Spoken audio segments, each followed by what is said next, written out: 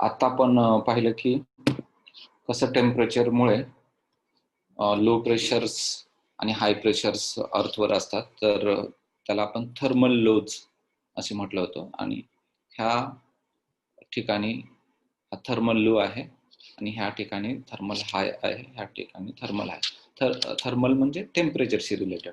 हा हाय असणे, हा हाय असणे आणि हा लो असणे हे टेम्परेचरशी रिलेटेड आहे, म्हणून आपण याला थर्मल म्हटलं होतं. आणि मध्ये मग त्याच्या जे हाय आणि लोज आहेत ते मात्र पृथ्वीच्या फिरण्याशी रिलेटेड पण आहे. तर एकंदरीत आपण जे हाय प्रेशर आणि लो प्रेशरचे बेल्ट्स पाहिले त्याची संख्या जर बघितली तर पहिल्यांदा तुम्हाला दिसेल हा विषुववृत्ताचा जो लो आहे तो पहिला आहे, इक्वेटोरियल लो ज्याला म्हणू. हा एक तिथे मेनली सुरुवात होते खूप जास्त टेम्परेचर असल्यामुळे लो होणं. नंतर जे आहे ते सब ट्रॉपिकल हाय. आता मराठीमध्ये मी आता सांगितलेलंच आहे कशाला काय म्हणतात ते. तर सब ट्रॉपिकल हाय म्हणजे हा 30 डिग्रीच्या आसपास, म्हणजे 30 ते 35च्या आसपास होतो. आणि सूर्याची जशी मुवमेंट होते, हालचाल होते, त्याच्यानुसार हे चेंज पण होत राहतात. जसं सूर्य मूव्ह होईल त्याच्या बाजूनेही मूव्ह होतात. सब ट्रॉपिकल हाय प्रेशरचे जे बेल्ट आहेत ते दोन आहेत, एक म्हणजे हा आणि मग खालच्या पण हेमिस्फिअर मधला हा. तर असे दोन सब ट्रॉपिकल हाय प्रेशर बेल्ट्स आहेत. त्याच्यानंतर टेम्परेट लो किंवा सब पोलर लो म्हणालो होतो आपण, उपध्रुवीय लो प्रेशर हे जे आहेत ते हे पण दोन आहेत. मग म्हणजे इथे एक आहे म्हणजे 60च्या आसपास असतं ते, आणि इथे पण आहे हे 60च्या आसपास असलेले अशा प्रकारचे. आणि मग हाय प्रेशरचे जे आहेत ते पोलर, दोन्ही पोलवरती, नॉर्थ आणि साऊथ असं दोन्ही पोलवरती हे हाय प्रेशरचे पण आहे. आणि त्याच्यानुसारच मग हे सगळे वारे वाहनं वगैरे ह्या गोष्टी होताना दिसत आहेत. आणि जसं आपण आता पाहिलं की जिथे वारे कॉन्व्हर्ज होत आहेत, म्हणजे आपण पाहिलं होतं की ह्या हाय प्रेशर कडून लो प्रेशरकडे असे वारे येताना पाहिलं होते ह्या दिशेने. ती दिशा का तशी वगैरे, नॉर्थ हेमिस्फिअर मध्ये कोरिओलिस फोर्स कसा असतो वगैरे पण पाहिलंय आपण. आणि ह्या बाजूने ह्या हाय प्रेशर कडून लो प्रेशरकडे असे लेफ्टला वळून आलेले हे वारे आहेत. आणि याला आपण हे कॉन्व्हर्ज होत आहेत म्हणून याला ITCZ म्हणालो होतो, इंटरट्रॉपिकल कॉन्व्हर्जन्स झोन. आणि हेच जे वारे आहेत मग जर असं वरती बघितलं तर हे असे वरती जाऊन मग ढग निर्माण करून इथे पाऊस पडणार आहे, म्हणून ह्या भागात सगळ्या पाऊस खूप असणार आहे. म्हणजे एकंदरीत काय, तर हा भाग ग्रीन दिसतोय आफ्रिकेचा, त्याचं कारण तेच आहे की मग इथे खूप पाऊस आहे. आणि फ्युचरमध्ये आपल्याला मग हेच शोधायचं की कुठे पाऊस असणार आहे किंवा काय. तर 0 डिग्री पासून वरती एक 10 डिग्री आणि खाली 10 डिग्री याचा इफेक्ट जास्त असतो. आणि अगदीच विषुववृत्ताच्या 5-5 डिग्री पर्यंत याचा अतिशय जास्त इफेक्ट आहे. त्याला तो तर डॉल्ड्रमचाच एरिया आहे आणि इथून पूर्ण हे वारे येत आहेत हे. तर हे त्याच्यामध्ये लक्षात राहायला हवं.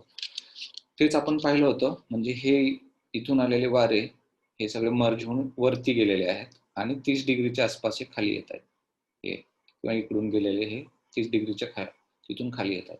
आणि जिथे खाली येत आहेत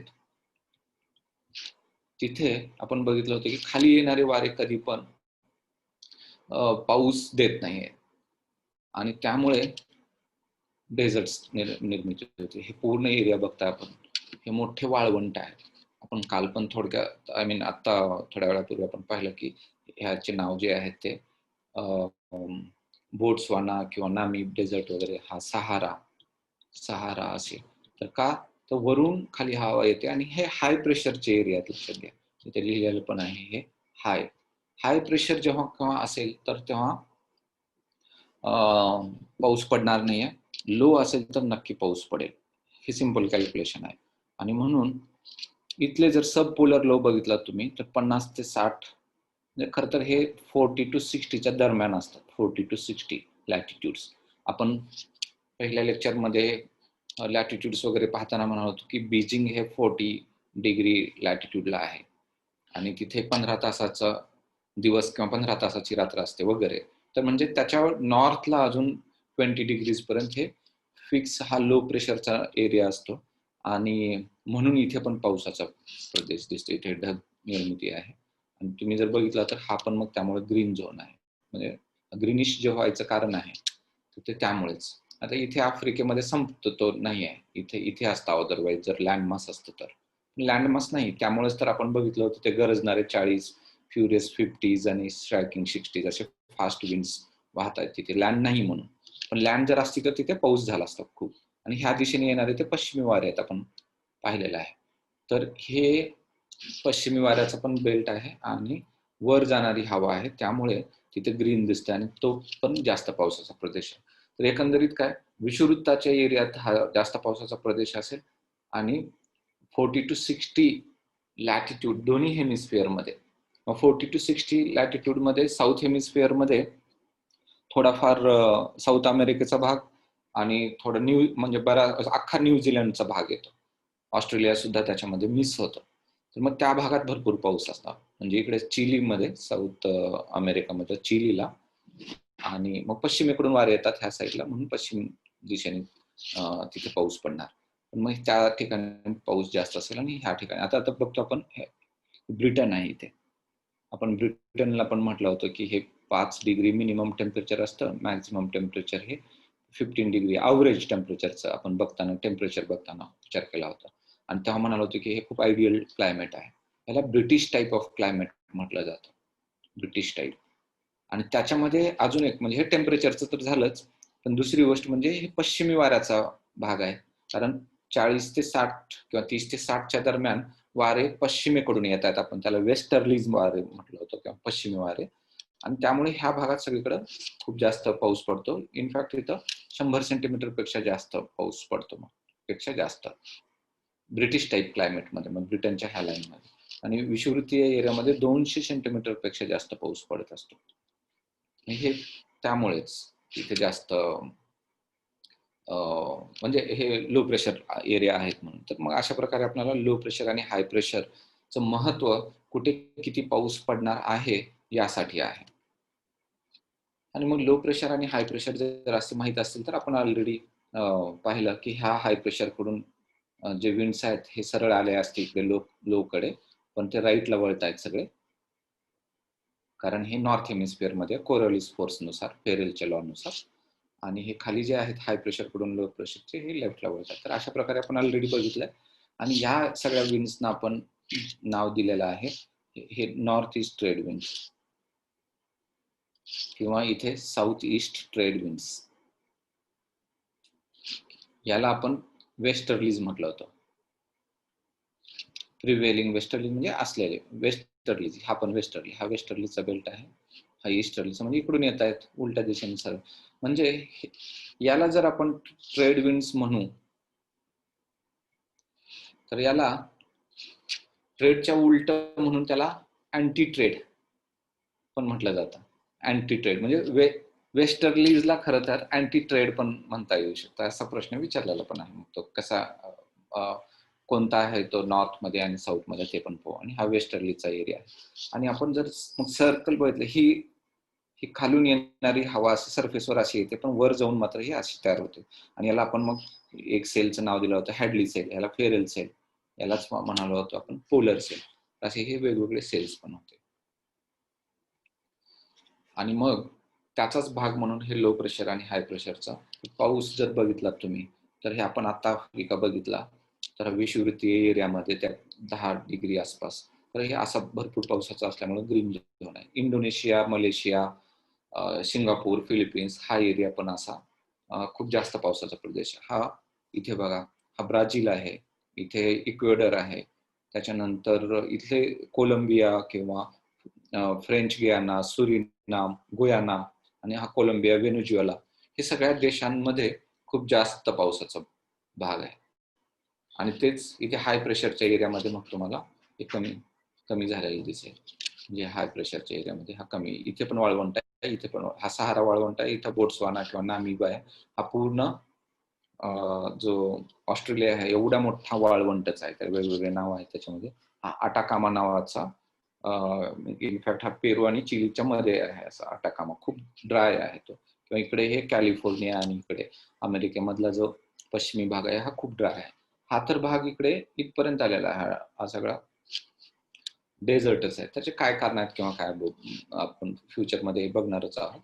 पण मग हे हाय प्रेशर किंवा लो प्रेशरमुळे ग्रीन कुठे आणि हे कुठे कळू शकतं. आता बघा, ही जी लाईन आहे तर ही साधारण 30 डिग्रीची लाईन आहे. ही जी लाईन दिसते म्हणजे लॅटिट्यूड हा 30 डिग्रीचा आहे.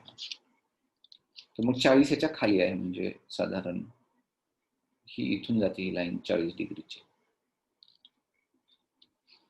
तर म्हणजे 40च्या खाली रेनफॉल हा फिक्स वर्षभर पडतो. मग इथं पडणार, इथं मिस होणार, ऑस्ट्रेलियामधला इथं मिस होईल, पण मग ह्या ठिकाणी भरपूर पडतो. म्हणजे हा न्यूझीलंड आहे, हा टास्मानिया आहे आणि इथं चिलीचा भाग आहे. मग जिथं 40 to 60 डिग्री साऊथ लॅटिट्यूड किंवा नॉर्थ लॅटिट्यूडच्या दरम्यान वाहणारे जे वारे आहेत ना, आणि त्या एरियात येणाऱ्या क्लायमेटला ब्रिटिश टाईप क्लायमेट म्हणायला लागलो आपण, सारखं सारखं जे चालू आहे ते. इथे पण हे ब्रिटन जे आहे तर ह्या दरम्यान येणार ते. तर मग हे असं, तर मग ह्या दरम्यान ते वाहणारे वारे आहेत. इथे कॅनडाचा ब्रिटिश कोलंबिया नावाचा प्रोव्हिन्स आहे, कॅनडाचा एक राज्य, तिथे खूप जास्त पाऊस पडतो. ब्रिटनला पण जास्त पडतो. तर 1, 2, 3 आणि 4 ह्या 4 ठिकाणी हा ब्रिटिश टाईप मग जास्त पाऊस पडतो. बाकीच्या ठिकाणी त्याच्या साऊथला वगैरे काय होतं वगैरे ते इंटरेस्टिंग एक गोष्ट आहे. त्याला मेडिटेरियन क्लायमेट किंवा भूमध्य सागरी हवामानाचा प्रदेश म्हणतात. ते पण आपण बघणार आहोत. पण एक लक्षात घ्या, विषुववृत्तावर सूर्य हा मार्च आणि सप्टेंबर मध्ये होता, सप्टेंबर मध्ये.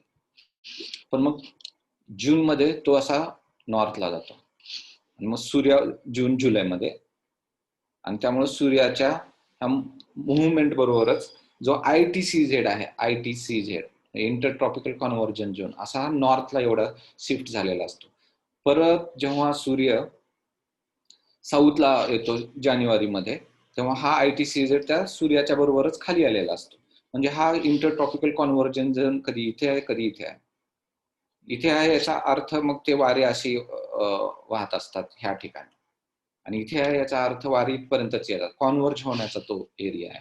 तर तो ITCZ शिफ्ट होतोय त्या सीझन नुसार किंवा सूर्याच्या मुवमेंट नुसार, हे लक्षात ठेवायला पाहिजे.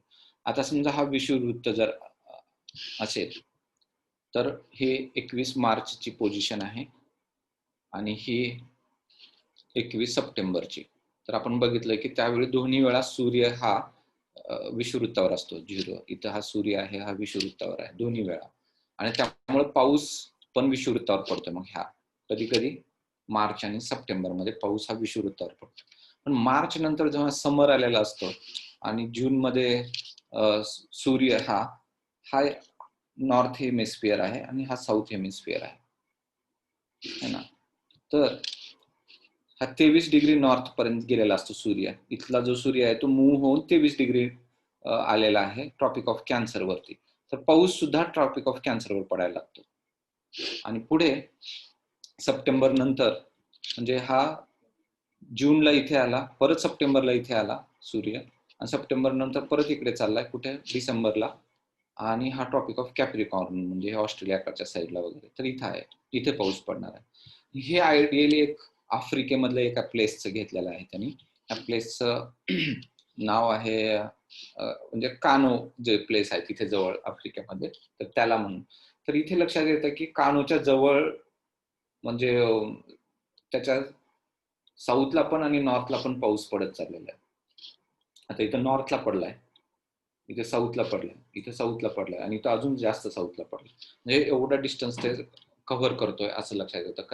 कशामुळे झालं हे सगळं, तर सूर्य मूव्ह होतोय, आपली पृथ्वीच त्याचं खरं तर पृथ्वीच मूव्ह होते सूर्याभोवती, पण आपल्याला पृथ्वीवरून दिसतं की सूर्य मूव्ह होतोय ट्रॉपिक ऑफ कॅन्सर आणि कॅप्रिकॉर्नच्या दरम्यान, आणि त्यामुळे असा ह्या ITCZ हा शिफ्ट होतो. याच्या बरोबर ITCZ हा शिफ्ट होण्याने त्याच्याबरोबर ITCZ शिफ्ट होतो म्हणजे त्याच्याबरोबर तो पाऊस पण शिफ्ट होतोय, हे त्याच्यावरून कळतं. कारण कॉन्व्हर्ज जिथे होतात विंड्स तिथेच तो पाऊस पडणार आहे. आणि असे जर सेल्स वगैरे आपण पाहिले, म्हणून आपण सप्टेंबर मध्ये अशी कंडिशन दिसेल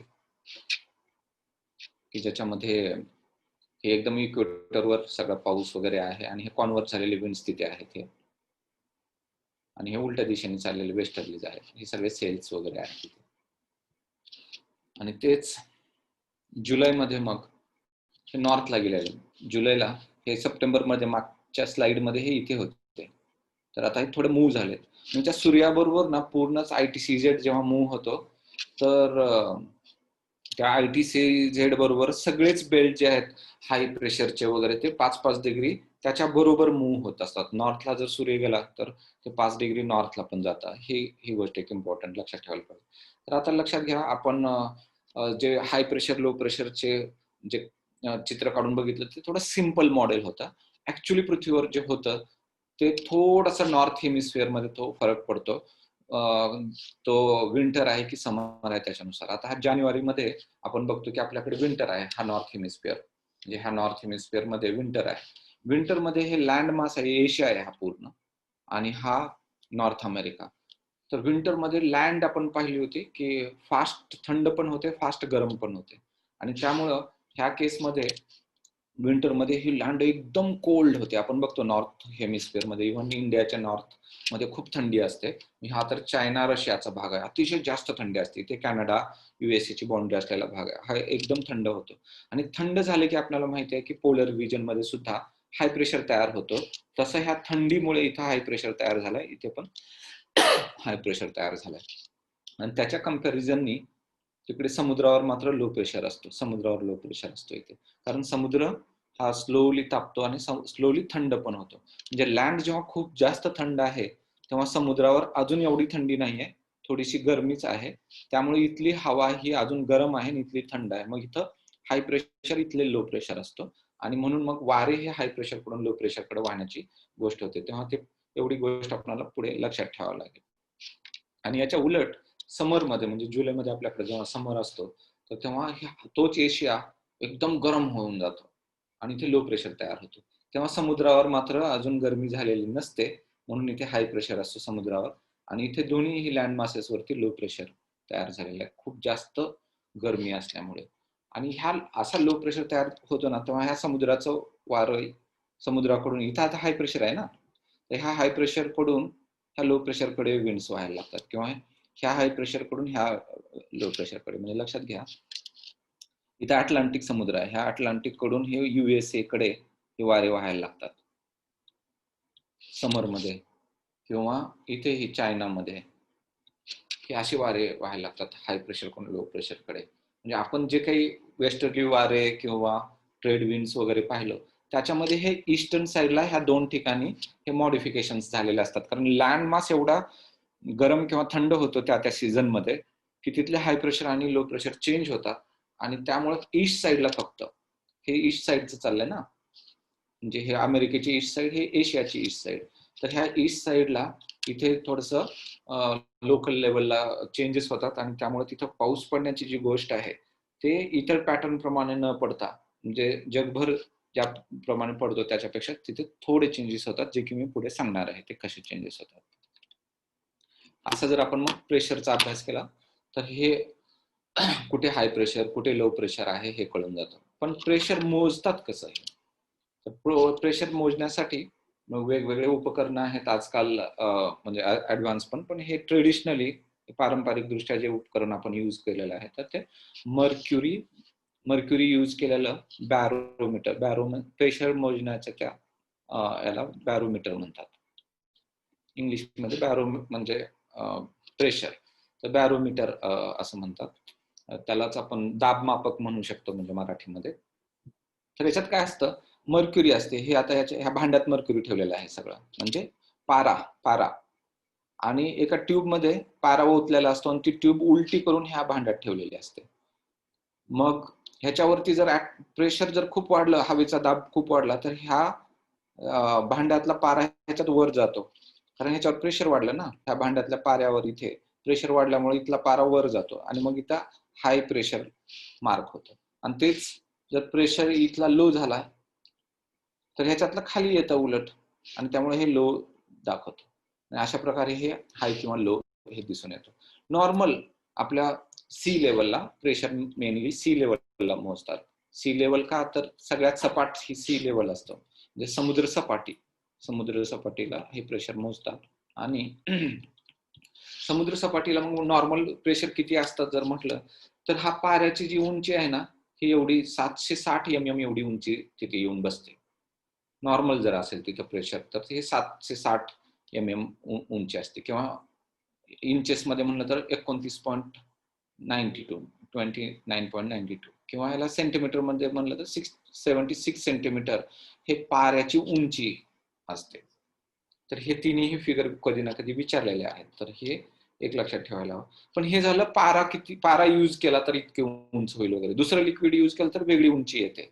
म्हणून मग उंचीच्या दृष्टीने फक्त पारा यूज केल्यावरच म्हणू शकतो की 760 mm किंवा काय. पण जर आपण ते मिली बार्स मध्ये यूज, त्याचं जे युनिट आहे ते मिली बार असतं, मिली बार. ते मिली बार मध्ये मग आपण मोजतो. आणि समुद्र सपाटीला नॉर्मल प्रेशर किती असतं जर असं म्हटलं आपण तर एवढे मिली बार असतात. 0.2 असतं तसं पाहिलं तर. हे मिली आणि बार असं असं ते लिहितात.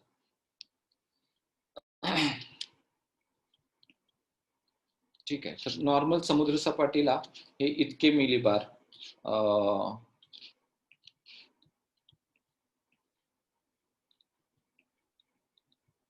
प्रेशर असतं. हे याच्यावरती क्वेश्चन विचारले तर इतकं प्रेशर असतं हे लक्षात असायला हवं.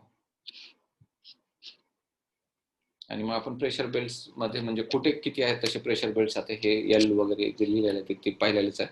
ऍक्च्युली ह्या फिगर्स जे आहेत त्याच्या ह्या लाईन्स असतात भरपूर. मग प्रेशर पण इक्वल प्रेशर असणाऱ्या त्या लाईन्स असतात, आणि त्या इक्वल प्रेशर असणाऱ्या लाईन्सला आपण आयसोबार्स म्हणतो.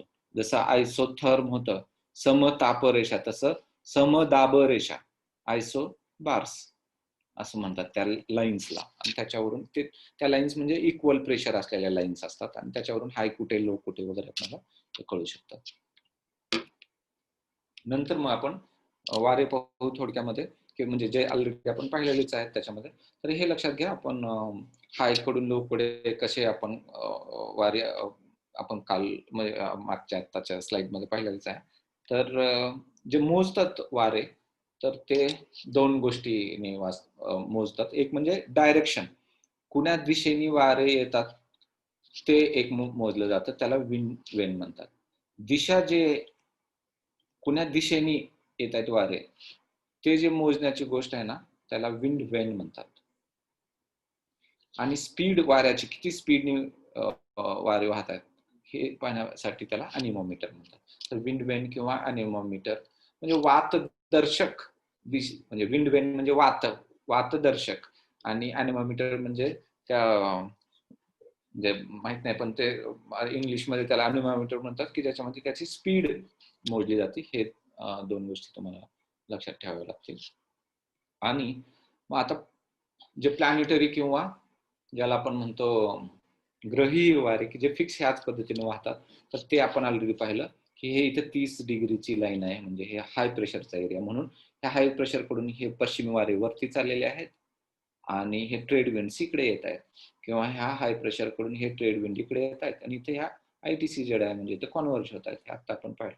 हे सारखं सारखं सांगण्याचं कारण हेच आहे की याचं खूप महत्व आहे. हे जर क्लिअर असेल तर पुढे मग कुठे कसले क्लायमॅटिक झोन्स आहे याच्या अडचणी येत नाही. तर इथे लक्षात घ्या, ह्या एक ठिकाणी कॉन्व्हर्ज होत आहेत आणि ह्या एक ठिकाणी कॉन्व्हर्ज होत आहेत, अशा तीनच ठिकाणी. मग हे ब्रिटिश टाईप क्लायमेट मध्ये विषुवृत्ती आहे, ब्रिटिश टाईप. पण हे सगळं डेझर्टचा एरिया आहे जिथं एकमेकांपासून दूर जात आहे. आणि ह्या वाऱ्याचं नाव आहे वेस्टर्लीज. मग आपण इथे पण वेस्टर्ली म्हणतो ह्याला, वेस्ट पुण्याचा म्हणतो. पोलर ईस्टर्लीज काल बघितलं होतं आपण जे आत्ताच्या लेक्चर मध्ये. आणि हे नॉर्थ ईस्ट ट्रेड विंड्स आणि साऊथ ईस्ट ट्रेड विंड्स. तर अशा प्रकारचे हे वारे आहेत, हे तुमच्या लक्षात राहायला हवं. आणि हा इक्वेटोरियल लो किंवा ITCZ इक्वेटोरियल इंटरट्रॉपिकल कॉन्व्हर्जन झोन. इतक्यापर्यंत हे क्लिअर असेल. इंटरट्रॉपिकल कॉन्व्हर्जन झोन हे ऍक्च्युली थोडस हे असं दिसतं म्हणून मी हे जवळून घेतलेलं आहे. हे अदरवाईज सरळ आलं असते, पण हे राईट साईडला डिफ्लेक्ट झालेले आहेत. हा पण राईट साईडला असा डिफ्लेक्ट झाला आहे.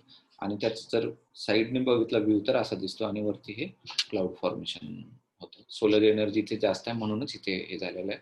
हे विषुववृत्तीय एरियामधलं सीन आहे. अशा प्रकारे हे क्लाउड्स जे आहेत ते विषुववृत्तीय एरियामध्ये हे सगळे तयार झालेले आहेत. याच्यानुसार जर विषुववृत्तीय एरियामध्ये आता आपण पाहिलं हा आफ्रिका आहे, तर ह्या एरियात म्हणजे किंवा हा साऊथ अमेरिकेचा हा भाग आहे जिथं हा कोलंबिया आहे किंवा इथं ब्राझील आहे आणि इथे व्हेनेझुएला आहे, इथे फ्रेंच गियाना, सुरिनाम वगैरे, इकडे इक्वेडर. तर ह्या सगळ्या भागात पाऊस पडतोय कारण ह्या इकडून समुद्रातून आलेलं पाणी इकडे पडतं. ह्या भागाला ना अशा मग विषुववृत्ताच्या त्या जवळ आहे म्हणून हाच भाग 10 डिग्री नॉर्थ 10 डिग्री साऊथ इकडे पण, तर त्याला म्हणतात इक्वेटोरियल क्लायमेट. पुढे चालून आपण बघणार आहोत विषुववृत्तीय क्लायमेट आहे. पुढे 11 क्लायमॅटिक झोन तिथंच एंड करायचं आहे आपल्याला, पण लक्षात ठेवा हे विषुववृत्तीय क्लायमेट आहे. इथे वर्षभर जे आहे त्यामध्ये आपण सगळ्यात कमी जे वार्षिक तापमान कक्षा जी होती, तर सगळ्यात कमी जर कुठे असेल वार्षिक तापमान कक्षा, तर ती इथे आहे. आपण पाहिलं तर कक्षा म्हणजे द रेंज ऑफ टेम्परेचर ती फक्त 5-7 डिग्रीच असते, म्हणजे उन्हाळ्यात आणि हिवाळ्यात काहीच फरक नाही असा अर्थ होतो. उन्हाळ्यात गरमी होणे आणि हिवाळ्यात थंडी वाजणे याला सीझन म्हणतो. तर तसं झालंच नाही, उन्हाळ्यातही तसंच आहे आणि हिवाळ्यातही तसंच आहे. तर म्हणजे सीझन्स होत नाहीत हा त्याचा अर्थ होतो. आणि विषुववृत्तीय एरियामध्ये आपल्याला म्हणता येऊ शकतं की एकच प्रकारचं तिचं सीझन आहे, तिथे सीझन नाहीच आहेत, असा त्याचा अर्थही होतो. पुढे चालून आपण मग अजून बघणार आहोत त्याच्यामध्ये कसे काय वगैरे. पण एक लक्षात घ्या की 0 डिग्रीला आपण डॉल्ड्रम म्हटलं होतं, 30 डिग्रीला हॉर्स लॅटिट्यूड म्हटलं होतं, आणि फक्त 40, 50, 60 हे साऊथ लॅटिट्यूड मध्ये, ह्याला 40ला रोरिंग 40s, फ्युरियस 50ला आणि 60ला स्ट्रायकिंग 60s असं आपण म्हटलेलं आहे. ह्याच्यावरती प्रश्न विचारलेले तर ते आता हे फेरेल सेल आडवा जर पाहिला तर हे असं दिसतं की विषुववृत्ताच्या ह्या हाय लॅटिट्यूड करून हाय प्रेशर कडून लो प्रेशरकडे इकडे वारे येत आहेत, आणि हे साऊथ हेमिस्फिअर मध्ये हा इकडून लो कडे येताना हे असे येऊन वर जाऊन हे क्लाउड फॉर्मेशन झालेलं आहे. आणि तो उंच खूप जातात कारण ट्रोपोस्फिअर हा आणि ट्रोपोस्पॉज हा इथे उंच असतो 18 किलोमीटर. आपण पाहिलं होतं कुठे, इक्वेटरला, विषुववृत्ताला, आणि पोलला तो 8च किलोमीटर असतो. इकडे हा छोटा होत आलाय म्हणजे कारण ते कन्व्हेक्शनल करंट्स आहेत, टर्ब्युलन्स हे इथे जास्त असतं, इथं कमी असतं, म्हणून हे असा ट्रोपोपॉज असा तिरका होतो हे आपण ऑलरेडी पाहिलेला आहे. आणि त्याच्याप्रमाणे आता ही हवा बघा 30 डिग्रीकडून इकडे येताना सरफेसवर येते, हे वर जाते कॉन्व्हर्जन झोन मध्ये, आणि परत ही खाली येते. हे खाली जी येते ती ह्या 30 डिग्रीला, म्हणून तर इथे सगळे डेझर्ट आहेत. आणि याला आपण हॅडली सेल म्हणालो होतो, याला फेरेल सेल, याला पोलर सेल. आणि इथली जी हवा आहे ही वेस्टर्लीचा बेल्ट आहे, म्हणजे वेस्टर्ली विंडचा खालून इकडे चालली आणि पुढे वरती इकडे जाते. हे 40 ते 60च्या दरम्यान, साधारण 50-60च्या दरम्यान वरती जाते आणि मग इथे पाऊस जास्त पडतो. वरून परत ही उलट्या दिशेने खाली. पोल कडून येणारी ही हवा इथे 60च्या दरम्यान वरती जाते, तर त्याला आपण पोलर सेल म्हटलं होतं. हे मुद्दाम मी तर तुम्हाला रिपीटली सांगतो. किंवा साईडने जर पाहिलं तर आपल्याला हे हॅडली सेल असा आहे, हा पश्चिमी वारे इकडून जाऊन हा फेरेल सेल असा, म्हणजे हे वारं असं फिरणार आहे इथे, म्हणजे लक्षात घ्या हे वारं असं असं फिरणार आहे आणि इकडे मात्र हे असं फिरणार आहे. तर ही दिशा माहित असणं गरजेचं आहे, त्याच्यावरून ते पुढच्या क्लॅरिटी. आपण आताच ही सूर्याची मुवमेंट इकडे तिकडे होते हे आपल्याला कळलं की मार्च मध्ये असलेला हा सूर्य जून मध्ये इकडे चाललाय आणि इथं आला, आणि परत मग सप्टेंबरला मग परत इकडे आलाय, आणि डिसेंबरला अजून इकडे गेलाय विषुववृत्ताच्या खाली वरती ट्रॉपिक ऑफ कॅन्सर. आणि त्याच्याने होतं काय, एक विशिष्ट प्रकारचं एक क्लायमेट तयार होतं, त्याला भूमध्य सागरी हवामानाचा प्रदेश म्हणतात. तर ही खूप इम्पॉर्टंट गोष्ट आहे. ती कशी होते मी तुम्हाला थोडक्यात म्हणजे चित्र काढून सांगतो तुम्हाला. तर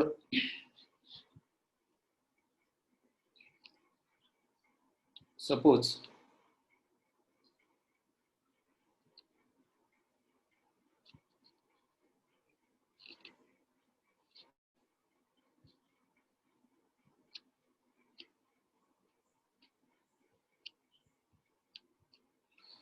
हे आहे 25 डिग्री, हे आहे 30 डिग्री, हे आहे 35 डिग्री. हे नॉर्थ लॅटिट्यूड मध्ये, जर 25 डिग्री 30 डिग्री असे जर असेल तर हे आहे 40 डिग्री नॉर्थ लॅटिट्यूड आणि हे आहे 45 डिग्री नॉर्थ लॅटिट्यूड सपोज. आणि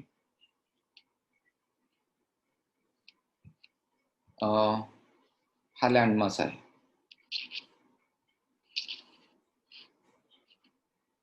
तोच लँडमास सपोज इथे पण आहे, तोच आहे, फक्त मी सीझन वेगवेगळ्या सीझन मध्ये त्या लँडमासवर काय होणार आहे दाखवणार. म्हणजे हा कॉन्टिनेंट आहे, पूर्णच खंड आहे असं. हा तोच आहे, फक्त हे कुण्या सीझन मध्ये काय होणार आहे मी तुम्हाला थोडक्यात सांगतो. सपोज ही कंडिशन आहे इक्विनॉक्सची. इक्विनॉक्स म्हणजे कधी, ही सप्टेंबर मध्ये पण असणार आणि मार्च मध्ये पण असणार. सपोज ही मार्च मधली आहे, म्हणजे ही इक्विनॉक्स आहे. Equal day equal night. मग मार्च नंतरचे येणारा हा समर आहे, ठीक आहे. आणि इकडे विंटर म्हणजे हा डिसेंबर मध्ये असणार आहे, हे जून मध्ये, जून जुलै मध्ये, म्हणजे जुलै आहे ना, जून जुलै मध्ये असणार आहे, डिसेंबर जानेवारी मध्ये असणार आहे कंडिशन. तर आता आपण पाहिलं होतं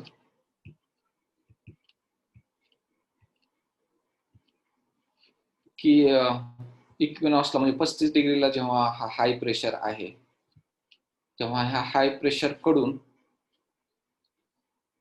इथे जर हाय प्रेशर असेल तर इकडे एक लो प्रेशर होता ऑलरेडी आणि इकडे पण लो प्रेशर होता. तर हाय प्रेशर कडून वारे असे वाहत होते, आपण पाहिलं होतं ह्या दिशेने वाहत आहेत हाय प्रेशर कडून लो प्रेशर कडे. आणि ह्या हाय प्रेशर कडून इकडे लो प्रेशर कडून वाहताना हे पश्चिमी वारे अशा दिशेने वाहत आहेत, हे ना, पश्चिमी वारे आहेत.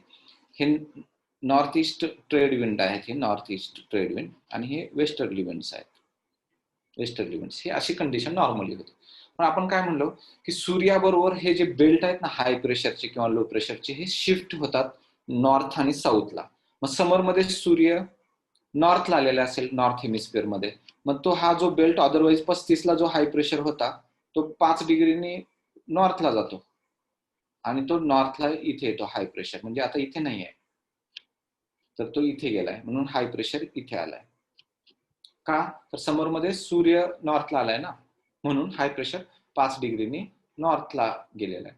आणि नॉर्मल मग परत हाय प्रेशर कडून लो प्रेशर कडे, आता ह्या हाय प्रेशर कडून लो प्रेशर कडे वाहताना हे पश्चिमी वारे इथे वाहणार आहे, पश्चिमी वारे इथे वाहत राहतील, हे वेस्टर्लीज. आणि ह्या हाय प्रेशर कडून खाली इकडे लो प्रेशर कडे वाहताना हे नॉर्थ ईस्ट ट्रेड विंड्स असे वाहत राहणार आहेत 40 डिग्रीला. पण पुढे अजून मग इक्विनॉक्स इथला सप्टेंबरचा इक्विनॉक्स येईल, मग तेव्हा परत हे ह्या लाईनला आलेला असेल सूर्य. आणि जेव्हा विंटर होईल म्हणजे डिसेंबर मध्ये, तेव्हा सूर्य ह्या लाईनला गेलेला असेल, इथे इथे गेलेला असेल 30 डिग्रीला विंटर मध्ये. सूर्य इथे गेला म्हणजे हाय प्रेशर खाली आला, परत सूर्य खाली गेला ना 5 डिग्रीनी, मग हे बेल्ट शिफ्ट होत आहेत 5-5 डिग्रीनी. तर विंटरला सूर्य साऊथला गेल्यामुळे आपल्या ऑस्ट्रेलियाकडच्या बाजूला नॉर्थ हेमिस्फिअर मधले हे सगळे बेल्ट 5-5 डिग्रीनी खाली होत आहेत. 5 डिग्री काय तर इथं सप्टेंबर मध्ये मध्येच तो 35 वर आला होता 5 डिग्रीनी, तो परत खाली गेला विंटर मध्ये इथे. आणि मग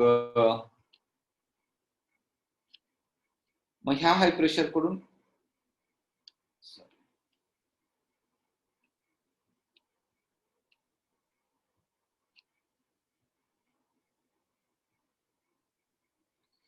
तर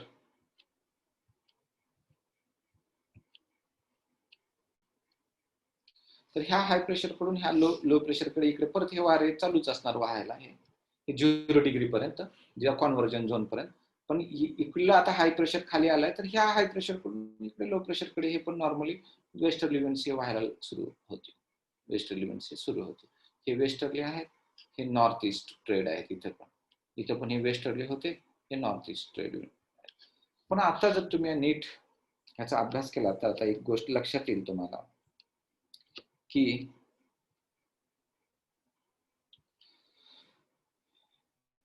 आता बघा की ही जी 30 डिग्रीची लाईन आहे, 30 डिग्रीचीच आहे, इथे इथे ही 30 डिग्रीची आणि ही 40 डिग्रीची, ही पुढे 40 डिग्रीची. तर ह्या 40 डिग्री ते पुढचे 45-60 वरच्या बाजूला सगळीकडे इथे फिक्स ह्या दिशेनेच वारे वाहत आहेत. तेच तर ब्रिटिश टाईप आहे हे. पश्चिमी वारे इथे फिक्स आहे, इथे काही चेंज नाही.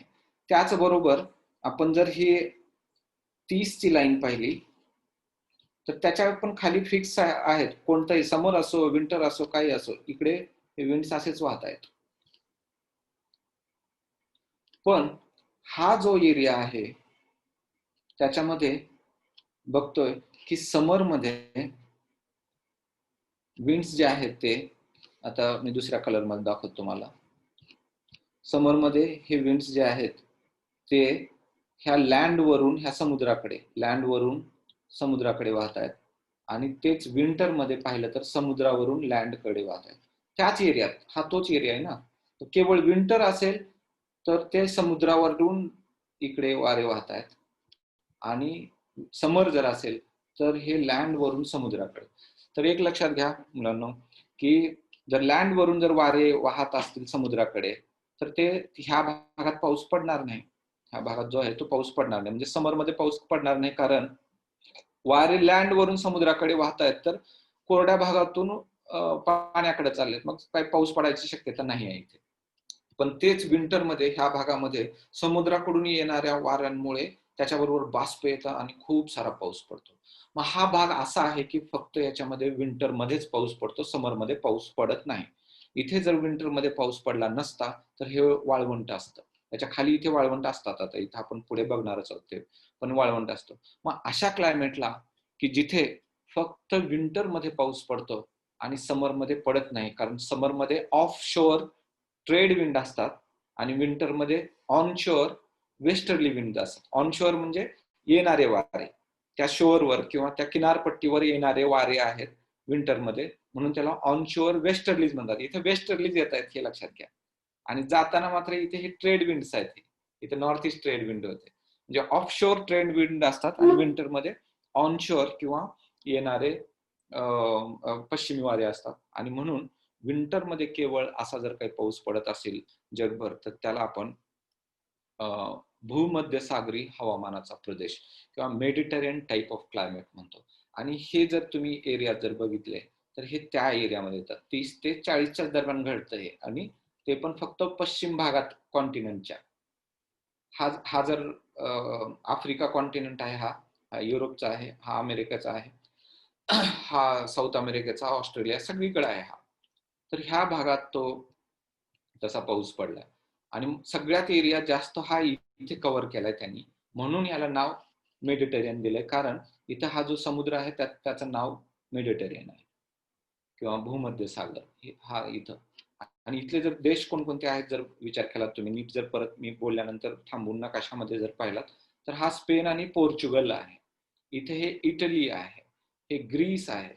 आपल्या एशियामधला हा टर्की आहे, टर्की किंवा इस्रायल, लेबनन, सिरियाचा हा वेस्ट साइड आहे, म्हणजे एशियामध्ये पण आहे हा, युरोपमध्ये पण आहे हा, हा नॉर्थ अमेरिकामध्ये पण आहे, साऊथ अमेरिकामध्ये पण आहे, आफ्रिकामध्ये पण आहे. फक्त अंटार्क्टिका सोडून बाकी सगळ्या कॉन्टिनेंटमध्ये आहे, हे पण लक्षात घ्यायचं याच्यामध्ये. आणि इथे कॅलिफोर्निया म्हणून जे राज्य आहे अमेरिकेमध्ये, तर ह्या कॅलिफोर्निया राज्यामध्ये मेडिटेरियन टाइप क्लायमेट आहे. आणि म्हणून इथे समरमध्ये ना जर पाऊसच पडत नसेल तर स्काय एकदम क्लिअर असतं, आकाश एकदम क्लिअर असतं. म्हणून इथं हॉलिवूड इंडस्ट्री, पिक्चर खूप सारे इथे बनतात, कारण क्लिअर असतं स्काय. आणि जे काही पाऊस पडतो ते थोडं विंटर मध्ये पडतो, आणि म्हणून मग ते प्रकाश असतो जेव्हा भरपूर तेव्हा तिथे म्हणून मूवी पण बनतात. आणि इथे चिलीमध्ये हा सॅन्टियागो, म्हणजे जसं वरती कॅलिफोर्निया होता तसं इथे सॅन्टियागो नावाचं चिलीची राजधानी आहे, तिथे बेस्ट डेव्हलप झालेला आहे. हा मोठा आहे सगळ्यात एरिया म्हणून मेडिटेरियन नाव आहे, पण सगळ्यात बेस्ट भूमध्य सागरी हवामानाचा प्रदेश, एकदम स्पष्ट दिसणारं सगळ्यात चांगलं उदाहरण कोणतं म्हटलं तर हे चिली मधलं आहे. चिली नावाचा देश आहे इथं, चिली, शांतियागोच्या तिथे. आणि तसंच इथं केप टाउन नावाचं शहर आहे साऊथ आफ्रिकेमध्ये, त्या केप टाउनला सुद्धा भूमध्य सागरी हवामानाचा प्रदेश आहे. म्हणजे त्याचा अर्थ काय, विंटरमध्ये रेनफॉल होतो. इथे पर्थ म्हणून आहे बघा, आपण क्रिकेटमध्ये माहित असतं आपल्याला की पर्थची जी खेळपट्टी आहे ते फास्ट बॉलरला हेल्प करणारी आहे, तिथं हे पर्थ आहे इथे. आणि इथे अडलेड आणि मेलबर्न नावाचे दोन शहर आहेत, मेलबर्न. तर ह्या 2-3 शहरांमध्ये हे भूमध्य सागरी हवामानाचा प्रदेश आहे. आणि विंटरमध्ये जर हे असं रेनफॉल होत असेल तर तेव्हा तिथे खूप मोठ्या प्रमाणात सिट्रस फ्रुट्स किंवा जेव्हा लिंबू वर्गीय, ज्याला आपण क्रॉप फ्रुट्स म्हणतो सिट्रस, तर सिट्रस फ्रूट खूप मोठ्या प्रमाणात होतात. हेच इथंच वाईन इंडस्ट्री खूप प्रसिद्ध आहे ह्या सगळ्या ठिकाणी, कारण द्राक्षे ग्रेप्स घेण्यासाठी हे बेस्ट आहे क्लायमेट. आणि त्यामुळे हा फ्रान्सचा पण भाग आहे इथे. मी जसं इथे म्हणालो की पोर्चुगल आणि स्पेन आहे, त्याच्याबरोबर फ्रान्सचा पण भाग आहे. फ्रान्सचा साऊथ भाग ह्याच्यासाठी खूप प्रसिद्ध आहे आणि फ्रान्समध्ये पण ह्या वायनरीज आहेत आणि खूप वेगवेगळ्या वायनरीज मग प्रसिद्ध आहे. ते पुढे आपण मेडिटेरियन टाईप क्लायमेट खूप डिटेलमध्ये पाहणार आहोत आपण, तेव्हा पाहूच आपण. पण आता लक्षात घ्या की वाऱ्याची दिशा कशी चेंज होते त्याच्या एक्झाम्पल म्हणून आपण हे भूमध्य सागरी हवामानाचा प्रदेश असं बघितलं होतं. तरी हा जो एरिया आहे हा जर कॉन्टिनेंट आहे असं जर गृहीत धरला, एक हा पूर्ण एक खंड आहे असं जर गृहीत धरलं, तर हे 0 ते 10च्या दरम्यान असे येणारे विंड्स आहेत. हे इनफॅक्ट ह्या 30 पासूनच असे येतात हे विंड्स. 30 पासून असे विंड्स येतात नॉर्थ हेमिस्फिअर जर आपण गृहीत धरलं तर, है ना. तर मग असे जर येत असेल आणि हा कॉन्टिनेंट असेल, इकडे समुद्र असेल, इकडे पण समुद्र असेल, इकडे पण समुद्र असेल, तर ह्या भागात भरपूर पाऊस पडणार. इथे तर विषुवृत्तीय एरियामध्ये पाऊस पडतच राहतो, पण इथे आता इंडिया सारखा वगैरे भाग, इथे पाऊस पडणार. इथे तो कमी होत जाणार कारण पाऊस सगळा संपलेला असतो, इथे पडून संपलेला असतो, म्हणून इथे कमी होणार. आणि इकडं इकडं पूर्णच कोरडा झालेला असतो आणि म्हणून इथं डेझर्ट तयार होतं. आणि मग मेडिटेरियन त्याला लागूनच आहे की जे विंटरमध्ये आहे त्याला लागून खाली डेझर्ट असतात. पुढे आपण बघणारच आहोत ह्या डिटेल गोष्टी. तर फक्त वाऱ्यामुळे काय होतं हे लक्षात घ्या. आणि हा जो आहे तो ब्रिटिश टाईप आहे. इथे मात्र पूर्ण वर्षभर पाऊस पडतो, ह्या 40 ते 60च्या दरम्यान आहे. इथे फक्त विंटरमध्ये पडला आणि इथे कमीच पडतोय. जो काय पडतो ते समरमध्येच पडतो. इथे वर्षभर पडतो परत ह्या भागात, वर्षभर हे वर्षभर. तर तशा प्रकारचे ते क्लायमेट्स असते. हे वाऱ्यामुळे होतंय म्हणून पाहतोय आपण. मग ह्या भागात आता हे विषुवृत्तीय क्लायमेट, इथे खूप जास्त पावसाचा एरिया आहे हा. किंवा मग हे फक्त ईस्ट साइडने जे वारे वाहत आहेत, फक्त कोस्टला सगळे वारे कोस्टने येत आहेत ना, मग ह्या भागातून इकडून सॉरी हे ह्या भागातून येत आहेत, हे कारण साऊथ मधून येत आहेत, नॉर्थ मधून येत आहेत. तर ह्या भागात जास्त पाऊस पडतो, ह्या भागात जास्त पडतो, ह्या भागात जास्त, ह्या भागात जास्त. इंटिरियरला गेलं की मग कमी होत जाणार पाऊस, कारण तो संपतो पाऊस. पुढे आपण बघणार आहोत हे डिटेल, जर तुम्हाला ही गोष्ट कळत नसेल तर. कारण हेच 11 क्लायमॅटिक झोन बघून आपण एंड करणार आहोत मग पूर्ण क्लायमॅटोलॉजी, तेव्हा याचा रेफरन्स येणार आहे. हे मग मध्यभागी कमी पाऊस पडल्यामुळे असे गवताळ प्रदेश तयार होतात, त्याला सव्हाना म्हणतात. तर ते पुढे बघूच आपण कसे कसे आहेत ते. तर अशा प्रकारे हे वेगवेगळे क्लायमॅटिक झोन्स त्याच्यामुळे तयार होतात. ते डिटेल बघणार आहोत आपण, टुंड्रा तैगा कसे होतात ते. लोकल काही विंड्स याच्यामध्ये आहेत, म्हणजे जे वारे आपण प्लॅनेटरी पाहिले ज्याच्यामध्ये की ते वर्षभर वाहणारे आहेत, त्याच्या व्यतिरिक्त लोकल काही त्या त्या एरियात वाहणारे आहेत, त्याचे काही काही नाव आहेत बघू आपण. तर एक लँड आणि सी ब्रीज एक प्रकार आहे.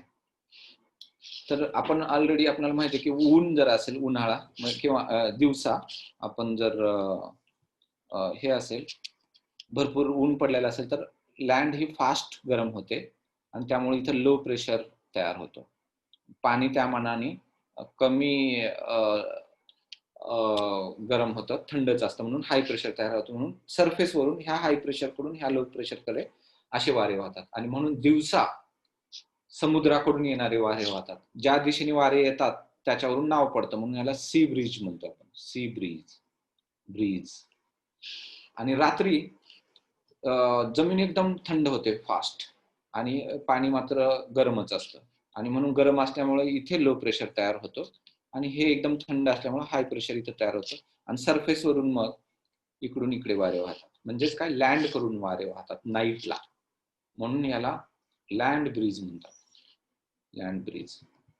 तर लँड आणि सी ब्रीज हे वारे याच्यामध्ये मग हे लोकल विंड्स आहेत. याला डॉक्टर विंड्स पण म्हणतात, कारण तुम्ही सपोज एखाद्या कोस्टल एरियामध्ये राहताय, म्हणजे अशा समुद्राला लागून असताना, आणि तिथे खूप असं गरमी असेल तर सारखं असह्य होणारं वाटतं, सारखं घाम वगैरे येतो.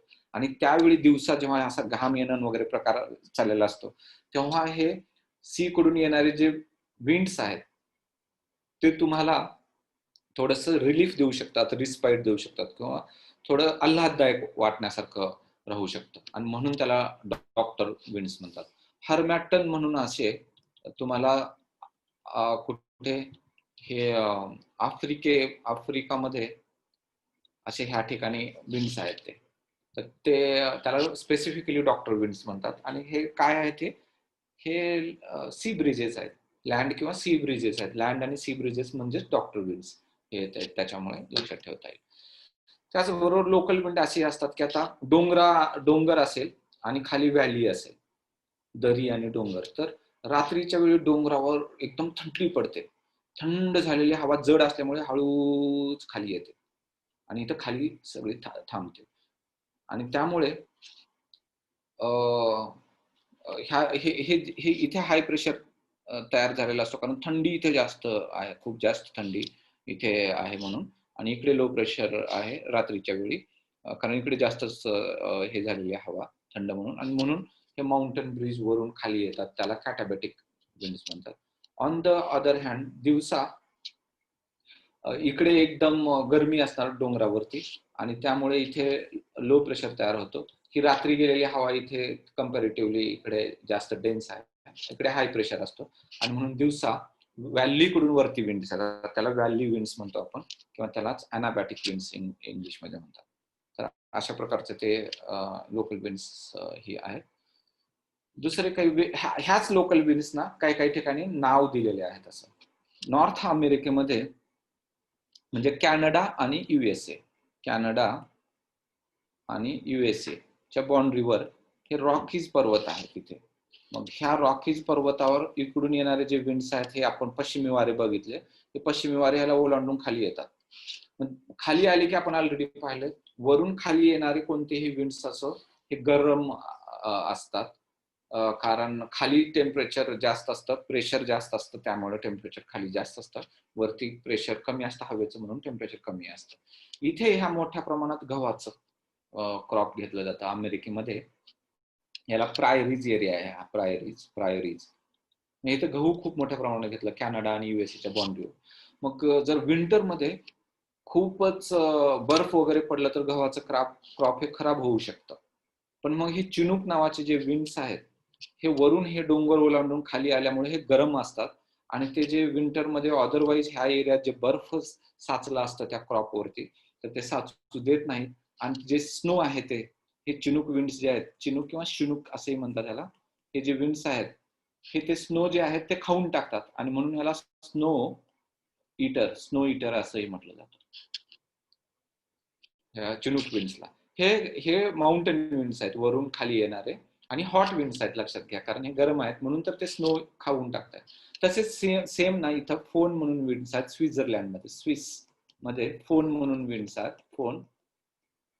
आणि हे पण डोंगरावरून खाली, आपण खालून वरती जा म्हणजे डोंगरावरूनच येतात, पण स्वित्झर्लंडमध्ये इकडे अल्प्स पर्वतरांगा आहे आणि तिकडे नॉर्थ साईडला प्लेन आहे, तर ते तशा दिशेने वाहतात. आणि मग ह्याच्यावर क्वेश्चन विचारलेले आहेत लोकल विंड्सवर. हा चिनूक एक इम्पॉर्टंट विंड आहे, इथे फोन एक नावाचं लोकल विंड आहे. इथं सांता आना म्हणून ना कॅलिफोर्नियामध्ये, त्याच कॅलिफोर्नियामध्ये जिथं आपण फिल्म इंडस्ट्री वगैरे म्हणालो, सांता आना एखाद्या ऍक्ट्रेसचं नाव आहे वगैरे, असं कधी धरून पण तुम्हाला लक्षात ठेवता येईल. तर ते पण ह्याचाच विंडचा प्रकार आहे, लोकल विंडचा. इथे अर्जेंटिनामध्ये झोंडा नावाचा एक विंड आहे, तो पण असाच एक महत्वाचा विंड आहे. हरमॅटन ज्याला डॉक्टर विंड म्हटलं होतं ना मी, हे नायजेरिया वगैरे ह्या ठिकाणी हे इथे देश आहेत ते. हे हरमॅटन नाव आहे, ते स्पेलिंग तुम्ही बघू शकता नीट. तर ते पण मग इम्पॉर्टंट विंड आहेत. हे खामसीन म्हणून इजिप्तमध्ये हे विंड्स आहेत, हे पण इम्पॉर्टंट आहेत. सिरोको म्हणून याच्या वेस्ट साईडला, खामसीनच्या वेस्ट साईडला, लिबिया वगैरे, ट्युनिशिया, लिबिया ह्या ठिकाणी हे सिरोको नावाचे विंड्स आहेत. तर असे वेगवेगळे हे इव्हन आता इथं सामून म्हणून आहे, तिथे सौदी अरेबिया किंवा इराणमध्ये असे वेगवेगळे विंड्स आहेत. खरं तर इथे ना बर्ग म्हणून पण विंड्स आहेत, बर्ग, ठीक आहे ना. किंवा ब्रिक फिल्डर म्हणून इथं ऑस्ट्रेलियामध्ये विंड्स आहेत. हे एकाच पेजवर तुम्हाला तुमच्याकडे असणारच आहे. हे सगळे विंड्स खूप इम्पॉर्टंट आहे एकदम. याच्यावरती भरपूर वेळा क्वेश्चन विचारल्याचं दिसतं, आपण क्वेश्चनने मग फायनली एंड पण करता येऊ शकतं. तर जसं की हा क्वेश्चन विचारलेला आहे, हा झोंडा इथे विचारला आहे, आणि हे इथे बर्ग आहे, हे हरमॅटन आहे, हे सिरोका आहे, आणि खामसीन आहे. तर हे सहजच ते लक्षात पण येऊ शकतं त्याच्यानुसार. आपणाला किती वेळ झाला लक्षात येईल, किती वेळापासून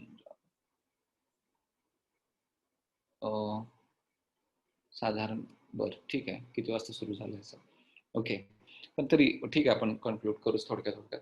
2-3 तास जर पाहिलं तर आता खरं तर हे संपलेलंच आहे आणि नंतर मग आपण क्वेश्चनच घेऊ. पण एक छोटे-छोटे 3-3 मिनिटाचे व्हिडिओज आहेत. तुम्ही पण ऐकून घ्या ते. त्याच्याने फायनली हे सगळ्या गोष्टी क्लिअरच होऊन जातील.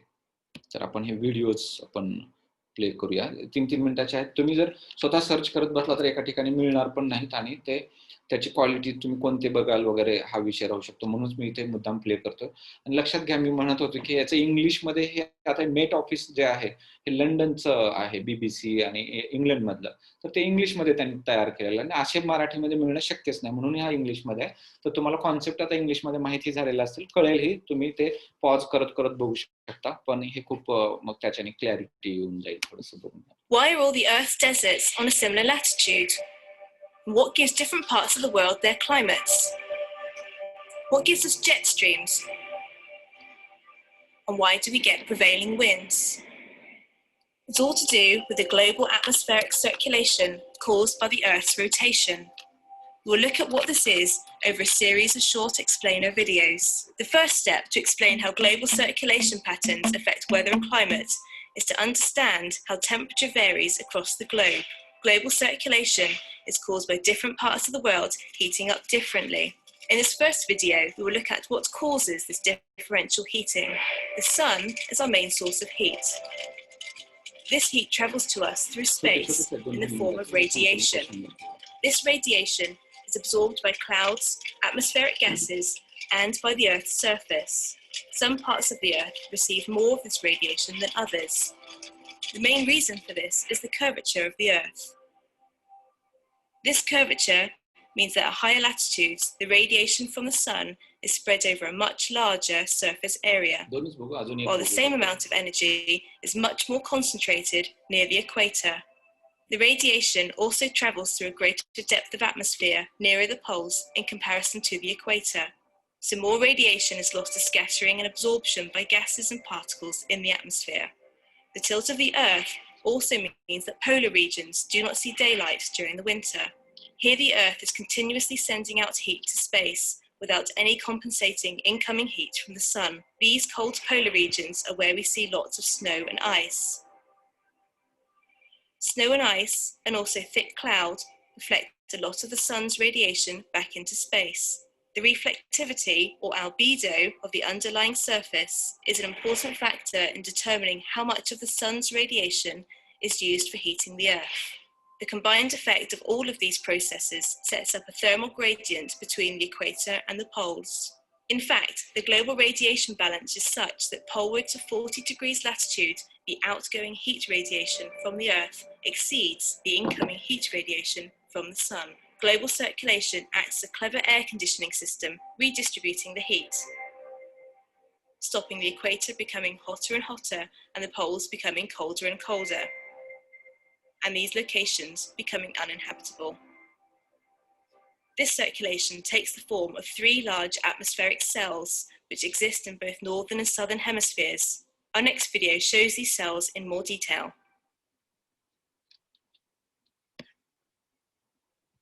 The last video showed that different parts of the Earth heat up differently, with the equator receiving more radiative heat from the sun than the poles.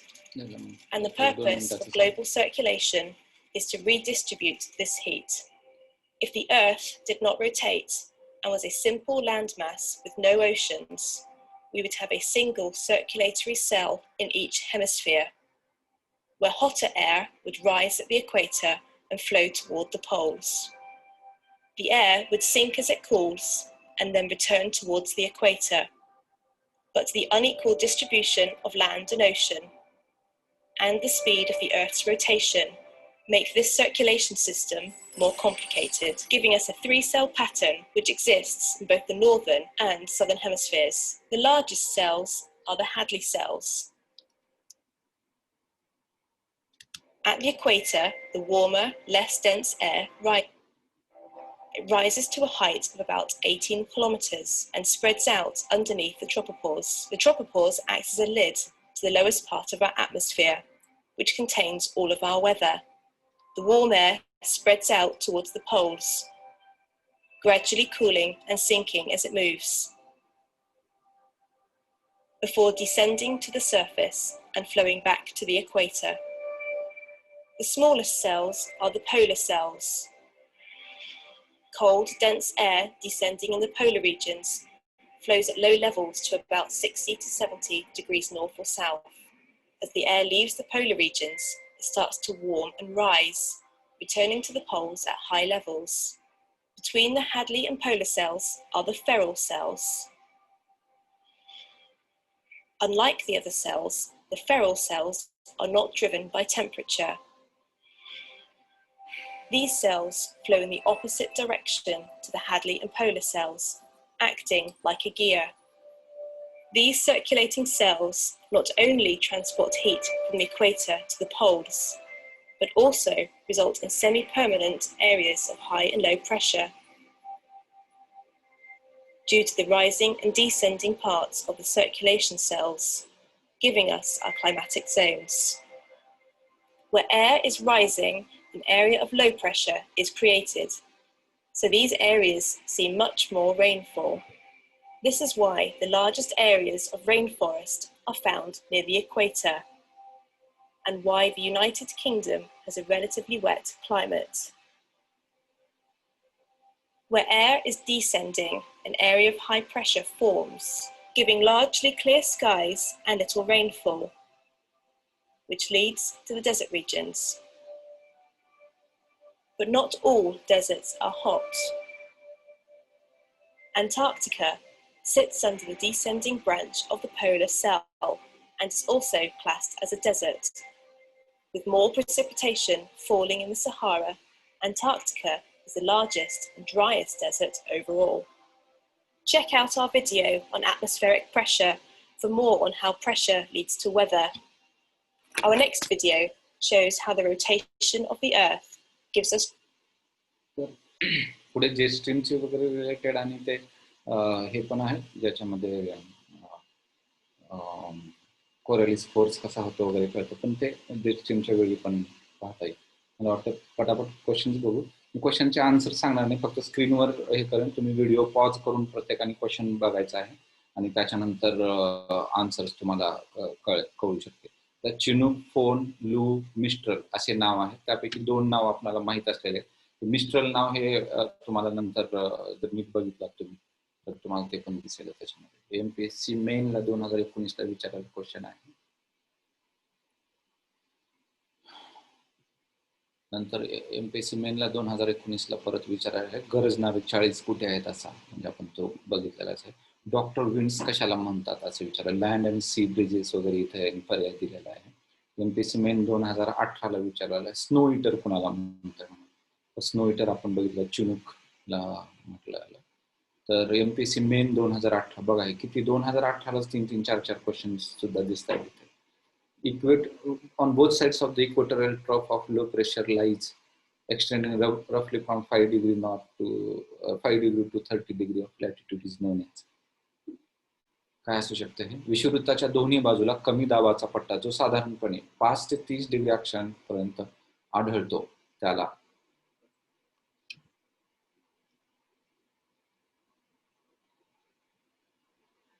काय?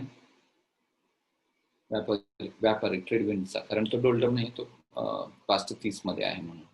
यूपीएससीचे पण काही क्वेश्चन्स मग त्याच्यामध्ये मी घेतलेले 2011ला विचारलेला आहे. तर तुम्हाला ते शोधता येईल. सोप्याच गोष्टी आहेत हे बघा. याच्यामध्ये म्हणजे southern hemisphere has less land mass as compared to northern hemisphere. तर हे बरोबर आहे का? मोठ्याने सांगता येते बरोबर आहे. Coriolis force is higher in southern hemisphere as compared to the northern hemisphere. Coriolis फोर्सचं काय नॉर्थ आणि साऊथ मध्ये असण्याचं? Coriolis force is higher in southern hemisphere नाही, त्याचं काही कोरॅलिस फोर्सचा काही विषय राहणार नाही. तर 0 डिग्री पासून जर आपण पोलर रिजन कडे जाऊ तर कोरॅलिस फोर्स हा वाढत जातो, दोन्ही हेमिस्फिअर मध्ये वाढतो. स्पीड जर खाली विंड्स असतील वाहत स्पीडनं, तर ते लँड मास असणं किंवा नसण्याशी रिलेटेड आहे. त्यामुळे पहिलंच फक्त बरोबर आहे, लक्षात घ्या. हा, what causes winds to deflect toward left in the southern hemisphere, म्हणजे साऊथ किंवा नॉर्थ मध्ये कधीही हे लेफ्टला वगैरे वळणं जे आहे ते आपले अर्थ रोटेट होते म्हणून आहे. आता हे युपीएससीचीच क्वेश्चन आहेत, मराठीमध्ये तर राहणार नाही, जसे आहेत तसे मी दिले. आता इथं बघा, हे फोन, सामून, सांता आना, झोंडा हे आपण चर्चा केलेले आहेत, आणि मागे जर व्हिडिओ घेऊन गेला तर तुम्हाला हे सगळे नाव कुठे आहेत हे दिसेल. परत ठेव का, एमपीएससी मेन 2017ला परत विचारला. सांता आना कॅलिफोर्नियामध्ये बघितलं होतं, सिरक्को, बर्ग, ब्रिक फिल्डर हे साऊथ ऑस्ट्रेलियामध्ये असलेले सगळे नाव आहेत. त्याच्यावर किती क्वेश्चन विचारले ते एका स्लाइडवरून ते क्वेश्चन कव्हर होऊ शकतात. हे विषुववृत्तीय कमी भाराचा पट्टा कुठं असणार, तर या भागामध्ये तिसरा म्हणजे बघा, वर्षभर सूर्याची किरणे प्रामुख्याने लंबरूप पडतात, हे असं असणार इथे. मध्य कटिबंधीय जास्त भाराचा पट्टा म्हणजे mid latitude high pressure belt, म्हणजे 30 डिग्रीच्या आसपास असलेला, म्हणजे थंड हवा 25 ते 35 च्या अक्षवृत्ताच्या दरम्यान खाली उतरते, हा असणार आहे. उपद्रवी किंवा सबपोलार भाराचा पट्टा, हे जो आहे पहिलं उत्तर. या भागातील हवा पृष्ठभागाचे घर्षण व पृथ्वीच्या परिवर्तनामुळे वर ढकलली जाते. आणि ध्रुवीय किंवा पोलर जे आहे तर ते वर्षभर तापमान 0 पेक्षा कमी असते. हेच इंग्लिशमध्ये ज्या मुलांना पाहिजे तर क्वेश्चन इथे इंग्लिशमध्ये तसाच दिलेला आहे. तर हे सोप्या सोप्या गोष्टी त्याच्यावर. चिनूक वारे कोणत्या विभागात म्हणे, तर अमेरिका आणि कॅनडामध्ये आहे, आता आपण जस्ट पाहिलेलंच आहे. त्यानंतर रोअरिंग फोर्टीज हे कोणते विंड्स आहेत, एमपीसी मेन 2016ला विचारलेलं आहे. एकतर हे वेस्टर्लीज आहेत, वेस्टर्लीला वेगळं नाव दिलंय, आणि वेस्टर्ली साऊथ हेमिस्फिअर मधले आहेत. साऊथ हेमिस्फिअर मधल्या वेस्टर्लीला आपण नॉर्थ वेस्ट वेस्टर्लीज म्हणलं होतं, आणि तो वेस्टर्ली म्हणण्याऐवजी अँटी ट्रेड नाव दिलंय, म्हणून हे नॉर्थ वेस्ट अँटी ट्रेड हे त्याचं उत्तर होतं. एमपीएससी मेन्स 2014, म्हणजे खूप मेन्सला विचारलेले क्वेश्चन आहेत, खूप सोपे सोपे. रॉकीज मधल्या ह्या कोरड्या वाऱ्यांना चिनूक किंवा शिनूक असं म्हणतात. हे झोंडा आहे, आपण आताच पाहिलं होतं मेनला 2014ला. बघा, एक रेष ओढून दिली लगेच झोंडा कळतं, मार्क पडतात सगळे. मग हे roaring 40s, furious 50s, striking 60s, doldrum कधी म्हणतात हे डबल विचारलं परत एमपीएससी मेन 2013ला. तर खूप सोपे सोपे क्वेश्चन असे आहेत. हे कुणाला डॉक्टर विंड्स म्हणतात हे परत डबल विचारलं. लँड आणि सी ब्रिजेस आपण ऑलरेडी पाहिलं. आता हे सांगा, हवामानाच्या कोणत्या घटकामुळे हवेचा दाब बदलतो? पावसामुळे हवेचा दाब बदलतो का? वाऱ्यामुळे हवेचा दाब बदलतो का? इनफॅक्ट दाबामुळे हा वारं बदलतं, पण उलट होत नाही. आर्द्रता म्हणजे ह्युमिडिटीमुळे होतं का? तर ते पण होत नाही. म्हणजे सर्वात महत्वाचा घटक इथे नमूद केलेला नाही, तो आहे तापमान किंवा उष्णता, तापमान, टेम्परेचर. तर टेम्परेचर हा सगळ्यात महत्वाचा घटक आहे, ज्याच्यामुळे हवेचा दाब ठरतोय, हे तो इथे नमूद केलेला नाही. आता हे प्लॅनेटरी किंवा जे हे वारे आहेत ते इक्वेटर पासून विषुववृत्ताकडून पोलकडे जाताना कोणकोणते वारे लागतात हे सांगायचं. पहिला कोणता लागेल? ट्रेड विंड्स लागतील, नंतर वेस्टर्ली लागतील, आणि नंतर पोलर विंड्स. एवढे सिंपल. बघा, हे एमपीसी प्री 2018ला विचारलं. आणि हे कोणकोणते? सिरोको कुठे आहे याच्यामध्ये, कोणत्या नंबरला? नंबर त्या फिगर ह्याच्यामधला नंबर सांगा मला. त्या फिगर मध्ये एक नंबर हा कोणता आहे? सिरोको आहे. 2 नंबर हा खामसीन आहे. 3 नंबरला हरमॅटन. हरमॅटन म्हणजे हे नायजेरिया भागात असलेला आहे मित्रांनो, हे लक्षात घ्या इथे. तर त्यालाच आपण पर्टिक्युलरली त्यालाच डॉक्टर विंड म्हणतात, पण तो लँड आणि सी ब्रिज मध्ये येतो म्हणून. पण ह्याला डॉक्टर विंड म्हणतात, हे पण लक्षात ठेवा. आणि लास्ट आहे तो बर्ग आहे तो. बोरा वारे कुठे वाहतात असं हे विचारलेलं आहे. तर ती मी आता जी स्लाइड दाखवलो त्याच्यामध्ये पण दिलेलं आहे. ते एड्रियाटिक सी म्हणजे इटलीच्या तिथल्या समुद्राला ना एड्रियाटिक सी म्हणतात. आपण वर्ल्ड वगैरे पाहताना, आता आपण तर घेणार नाही, म्हणजे तुम्हाला पण ते अभ्यास करा तुम्ही. एड्रियाटिक सी तिथे म्हणतात, तर तिथे आहेत ते. आणि मग काही युपीएससी प्रीला 2015ला हा क्वेश्चन विचारला होता. The winds which blow between 30 degree north, 30 degree north ते 60 डिग्री साऊथ, म्हणजे 60 degree south throughout the year are known as westerlies. असं नाही आहे ते. है ना, ते दोन्ही नॉर्थ मध्ये तरी असलं पाहिजे, नाही तर दोन्ही साऊथ मध्ये असलं पाहिजे, म्हणजे हे रॉंग आहे. The moist air mass that cause winter rains in northwestern region of India are part of westerlies. हा, पश्चिमी वाऱ्याच्या बाबतीत सांगताना जर तुम्ही बघितला तर आपण बघितलं होतं 30 ते 40च्या दरम्यान कुठले पश्चिम दिशेला जे वारे होते तर ते कोणते मेडिटेरियन टाईप त्याला क्लायमेट म्हटलं होतं, आणि ते विंटर मध्ये वारे फक्त ऑन शोअर असतात, समर मध्ये ते ऑफ शोअर असतात असं पण बघितलं होतं. तर हे वारे मग इंडिया आपला 30 ते 37 पर्यंत आहे नॉर्थला, म्हणजे जर आपण इंडिया असं पाहिला तर हा भाग जो आहे तो त्याच्या दरम्यान येतो, 30 ते 40च्या दरम्यान, आणि म्हणून पूर्ण मेडिटेरियन टाइप ऑफ क्लायमेट तिथं आपण पंजाब हरियाणामध्ये आपल्याला सापडतं सुद्धा, हेच वेस्टर्ली आहे. तर हे बरोबर आहे त्याच्यामध्ये. आणि एमपीएससी मेन 2014ला एक विचारलं, in which of the following months low pressure belt over the equator swings by 5 degrees to the north, किंवा 5 अंशांनी उत्तरेकडे कुठल्या महिन्यात सरकतो विषुववृत्तीय कमी दाबाचा पट्टा, कुठल्या? जून मध्ये, कारण तेव्हा समर आहे जून मध्ये, आपण खूपदा बघितलेलं आहे. तर हे असे कॉन्सेप्च्युअल गोष्टी आहेत, याच्यामध्ये काही पाठांच्या नाही, काय नाही, एकदा केलं तर हे एवढं सगळं होऊन जाऊ शकतं. तर आज इथे थांबूया आपण. हे 4थं लेक्चर होतं. आपण सध्या हे पाहतोय सगळे एलिमेंट्स ऑफ क्लायमेट आणि वेदर. पुढच्या लेक्चरमध्ये आपण पाऊस, पर्जन्य किंवा प्रेसिपिटेशन आणि त्याच्या पुढचे टॉपिक पाहू. आज इथे थांबूया. Thank you so much.